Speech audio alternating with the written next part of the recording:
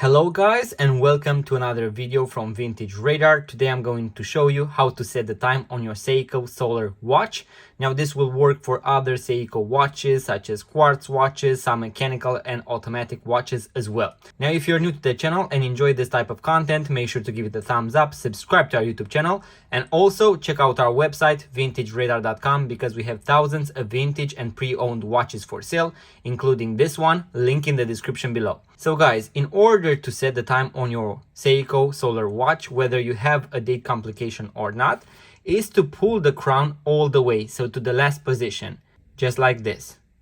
This will be the first position, so only one position, because we do not have a date complication. If we had the date complication, it would be the second position, so that we can also change the date on the first one. You can rotate the watch hands, always make sure to rotate them in a clockwise direction. After you have set the time, simply push the crown all the way back in, just like this. And you are done. This is how you set the time on your Seiko Solar Watch. So that was the quick tutorial, guys. If you enjoyed, give it a thumbs up, subscribe to our YouTube channel, and see you on the next one.